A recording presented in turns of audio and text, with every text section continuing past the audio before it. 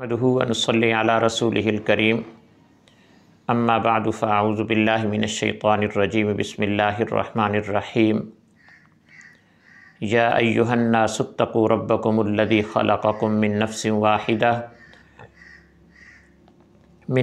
वाहिदतिन व ख़लक़ मिन्हा ज़ौजहा व बस्स मिन्हुमा रिजालन कसीरन व निसाअ वत्तक़ुल्लाहल्लज़ी तसाअलून बिही वल अरहाम इन्नल्लाह काना अलैकुम रक़ीबा।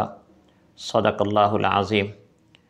ये सूरतुन निसा की इब्तदाई आयत मुबारका है।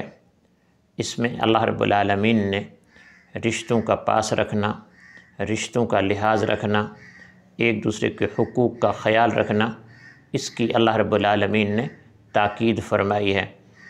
और ये जो रिश्तों का पास है, एक दूसरे के लिहाज है, एक दूसरे के हुकूक़ का ख़याल है, उसमें से ख़वातीन के हुकूक़ भी अल्लाह ने मर्दों के ज़िम्मे रखे हैं। आज की इस मुख्तसर सी वीडियो में ख़वातीन के हुकूक़ पर मुख्तसर सी बात होगी।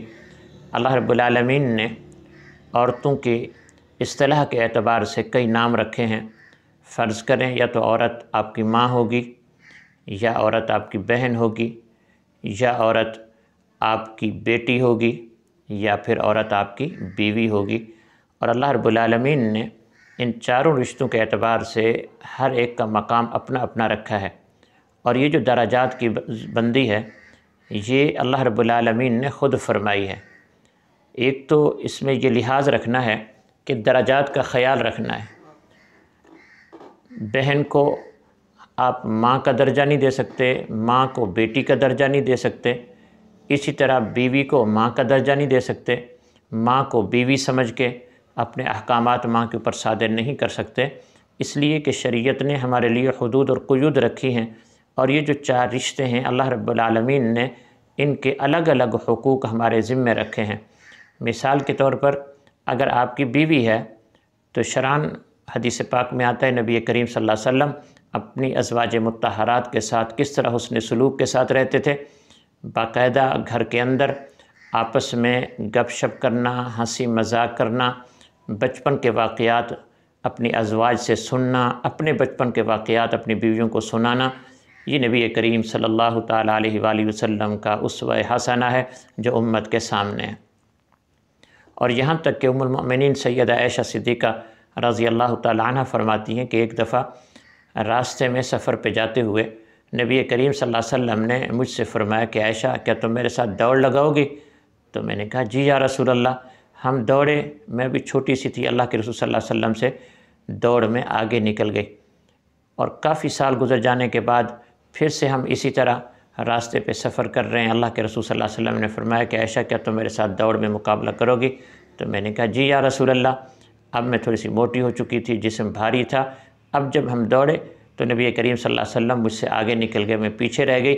तो हुज़ूर अक़दस सल्लल्लाहु अलैहि वसल्लम ने मुस्करा कर फरमाया कि आयशा, ये मेरी उस हार का बदला है जो आज से कुछ साल पहले दौड़ते हुए तुम जीत गई थी और मैं हार गया था। तो ये अपनी अज़वाज मुत्तहरात के साथ हुस्न सलूक। और यहाँ तक कि हदीस में आता है कि अपनी बीवी को अपने हाथ के साथ निवाला बनाकर मुँह में देना, इसका बहुत बड़ा अजर और सवाब है। और ये सदक़े की हैसियत रखता है, घर में बरक़ात का बाइस है। तो इसलिए अपनी बीवियों के साथ हुस्न बर्ताव करना, हुस्न सलूक करना, ये नबी करीम सल्लल्लाहु अलैहि वसल्लम की सुन्नत है, आपका उसवा हसना है। इसी तरह औरत है, आपकी बहन है, तो बहन का मकाम क्या है?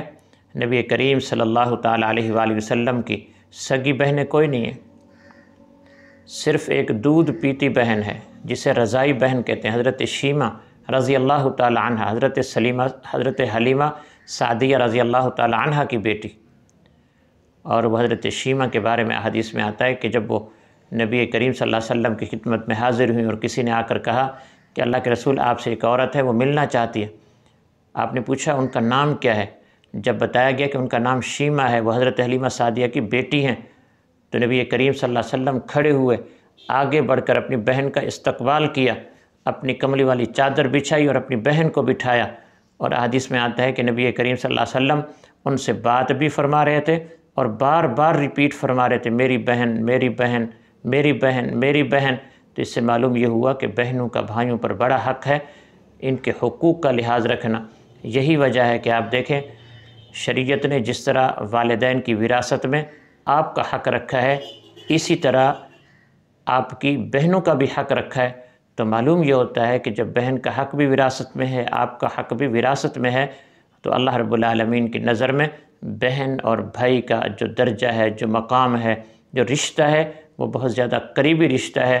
لہٰذا بہنوں کی بھی کے ساتھ محبت کرنا، بہنوں کا لحاظ رکھنا، ان کے ساتھ حسن برتاؤ کرنا، یہ بھی شریعت کا حکم ہے اور نبی کریم صلی اللہ تعالیٰ علیہ وآلہ وسلم کا اسوہ حسنہ ہے۔ تیسرا رشتہ بیٹی کا ہے، اور آپ جانتے ہیں کہ بیٹی کا رشتہ یہ کتنا پیارا رشتہ ہوتا ہے۔ خود نبی کریم صلی اللہ تعالیٰ علیہ وآلہ وسلم نے اپنی بیٹیوں کے ساتھ کس طرح کا حسن برتاؤ کر کے امت کے سامنے رکھا۔ سیدہ فاطمہ الزہرا رضی اللہ تعالیٰ عنہا خاتون جنت، ان کے بارے میں فرماتے تھے کہ فاطمہ میرے جگر کا ٹکڑا ہے، جس نے اس سے محبت کی اس نے رب سے محبت کی، جس نے اس سے محبت کی اس نے مجھ سے محبت کی، اور جس نے سید فاطمہ کے ساتھ بغض رکھا اس نے مجھ سے بغض رکھا۔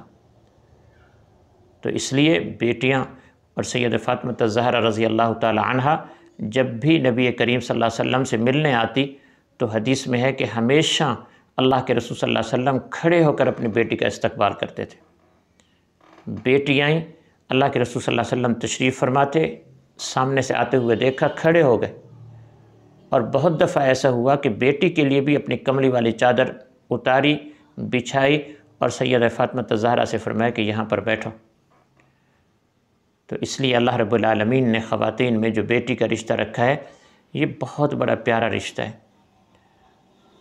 اور پھر جو ماں کا رشتہ ہے وہ تو ان تمام رشتوں میں سب سے اعلیٰ رشتہ ہے۔ ماں وہ ہوتی ہے کہ جو آپ کا اس دنیا میں آنے کا ایک واسطہ بنتی ہے۔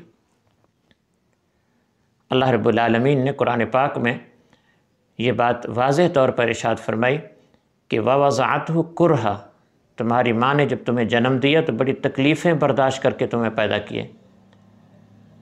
اور پھر نبی کریم صلی اللہ تعالیٰ علیہ وآلہ وسلم نے ماں کے بارے میں جو چیزیں ارشاد فرمائیں، فرمایا کہ اگر میں نماز کے لیے کھڑا ہوتا اور میری ماں مجھے پیچھے سے آواز دیتی یا محمد، تو فرمایا کہ میں اپنی نماز کو توڑ کر اپنی ماں کو جواب دیتا جی میری اماں۔ تو معلوم یہ ہوا کہ ماں کا بہت بڑا مقام ہے۔ اور پھر یہ جو ماں کا رشتہ ہے یہ ایک ایسا رشتہ ہے کہ جس کے بارے میں نبی کریم صلی اللہ علیہ وسلم نے حد فرما دی، اور آپ نے ارشاد فرمایا کہ الجنت تحت اقدام الامہات، جنت ماں کے قدموں کے نیچے ہے۔ اس لیے ان تمام رشتوں کا پاس رکھنا، ان کا لحاظ رکھنا، ان تمام رشتوں کے ساتھ حسن برتاؤ کرنا، یہ نبی کریم صلی اللہ علیہ وسلم کا اسوہ حسنہ ہے۔